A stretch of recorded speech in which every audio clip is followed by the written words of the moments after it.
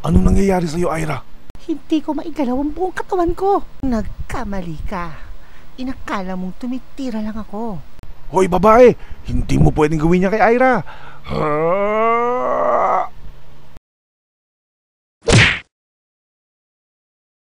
Bakit mo ako sinipa? Magkakampi tayo, hindi ba? Hindi ako may gawa niyan. Ira, ano ba? Itigil mo na yan! Bingi ka ba? Sabi nang hindi ako nagpapagalaw ng katawan ko eh. Kailangan ko siyang saktan para mapigilan ko lang siya.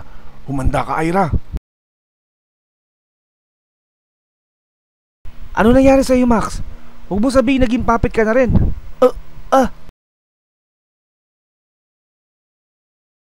Pasensya na kayo ha. Hindi ko na ipagpaalam na itatali ko ang mahiwagang sinulit sa inyong katawan. Abala kasi kayo kay Ira. Ngayon alam niyo na kung anong pakiramdam ng isang manikin. Sige, Primela. Ngayon ay pagkakataon mo na.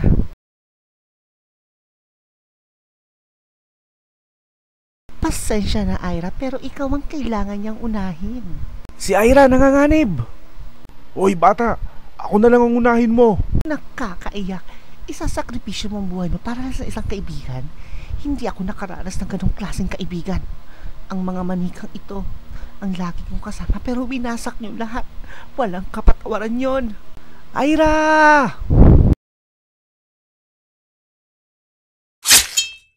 Pasensya ka na ha. Maliit pa kasi si Primela. Kaya hindi pa siya marunong humawak ng espada. Tama na! Sisihin niyo ang inyong mga sarili dahil hindi niyo napansin ang mahiwagang sinulid. Ang dami ko ng sugat. Ha?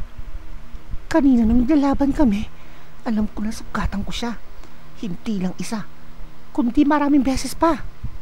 May mga hindi niya nailaga ng ilan sa tira ko. Merong mali dito. Bakit hindi man lang siya nasugatan? Kahit na tinamaan ko siya kanina. Sige na, Primela. Tapusin na siya sa pamamagitan ng iyong espada. Alam ko na. Naintindihan ko na. Huwag mo sabihin ng dahil sa sobrang takot ay nasiraan ka na ng bait.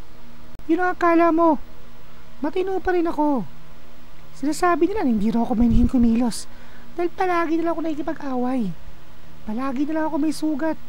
Hindi daw magandang tignan pero ganito talaga ako eh. Hindi katulad mo. Makinis nga ang balat pero sumobra naman. Gagamitin mo ang Fujin? Baliwala pala ang palabas mo kanina. Alam mo, hindi ka makakasugot sa iyong posisyon kahit gamit mo yan.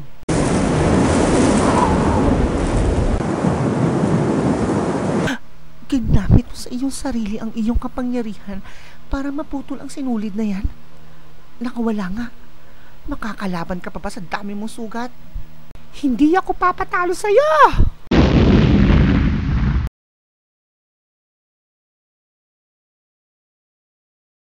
Ngayon na, Ira. Pagkakataon mo na. Ano ba? Sugod na, Ira. Bakit pa?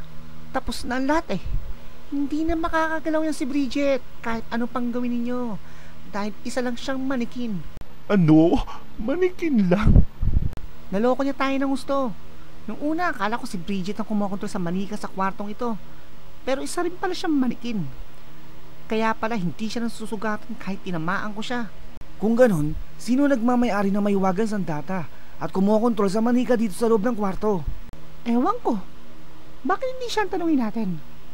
At ikaw naman na nagpapanggap na manika niya. Aminin mo na, Primela. Ikaw ang nagmamayari ng sandata. At ikaw din ang kumokontrol sa lahat ng mga manika. Ano ka mo? Iyang bubwit na yan? Akala ko hindi niyo ako mabubuko. Paano niyo ba nalaman? Ang sakit-sakit na nga ng mata ko eh. Kasi pinipilit ko wag pumikit. Baka mahalata niyo. Sinunod ko lang payo mo. Pinag-aralan ko ang bawat kilos ng kalaban. Una, inisip ko kung bakit di nagalusong si Bridget sa aking tira. Tapos nakita akong takot sa mga mata mo. Nagpapanggap ka dahil wala ka pang karanasan pumatay ng tao. Kaya naman natakot ka, baka mapatay mo ako. Sinubukan mo na itago ang iyong takot sa amin. Nagkunwari ka, pinahihirapan mo lang ako. Pero nakita ko sa mga mata mo na nagdadalawang isip ka. May pawis din ako nakita sa noo mo. Aminin mo na, Primela, hindi ka talaga masamang tao.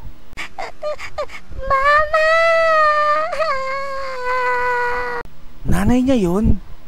Ay hindi, lolo niya yan. Bakit naman niya magiging nanay yan, Reka? Sinabi na nga na mama niya.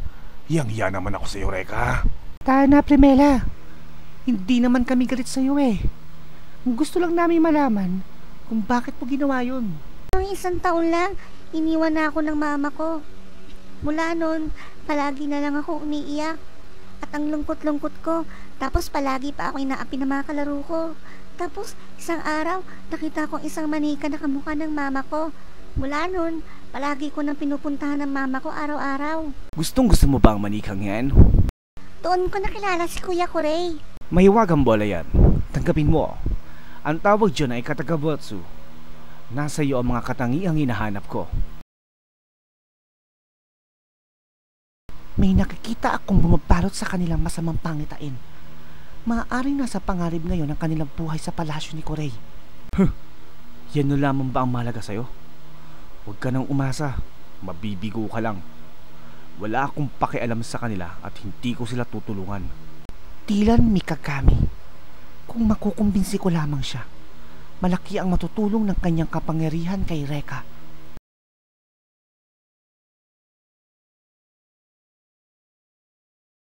Manghuli ka daw 3 bubwit, sabi ni Kuray. Matagal ka na rin nakakulong dito, di ba?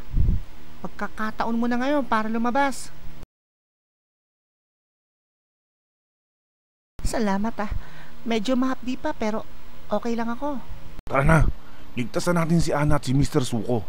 O paano, bata? Sasamahan mo ba kami? Ang bastos-bastos mo naman. Basta mo na lang ako tinawag na bata. Pinigyan ako ng pangalan ng mama ko, no? Akala ko pa naman mabait ka. Ibig sabihin, hindi Primela ang tunay mong pangalan?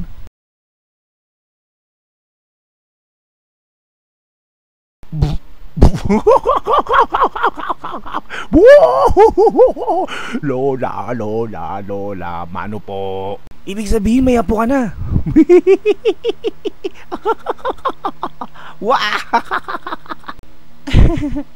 Ibang klase talaga tong dalawang ito. Alam nilang malungkot ang bata dahil sa pagkawala ng kanyang ina. Pero pilit pa rin niya lang itong pinapasaya.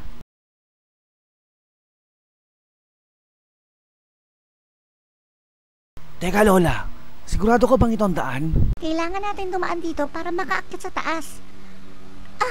Kaya lang, nandyan na yung mama.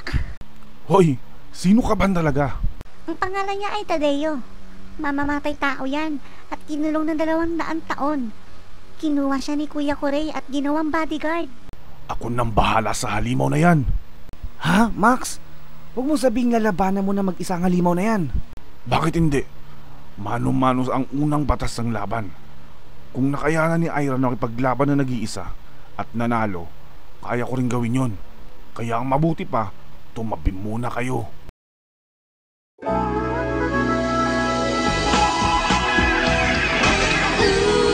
Love is changing every time. I, the sheep that eat a key.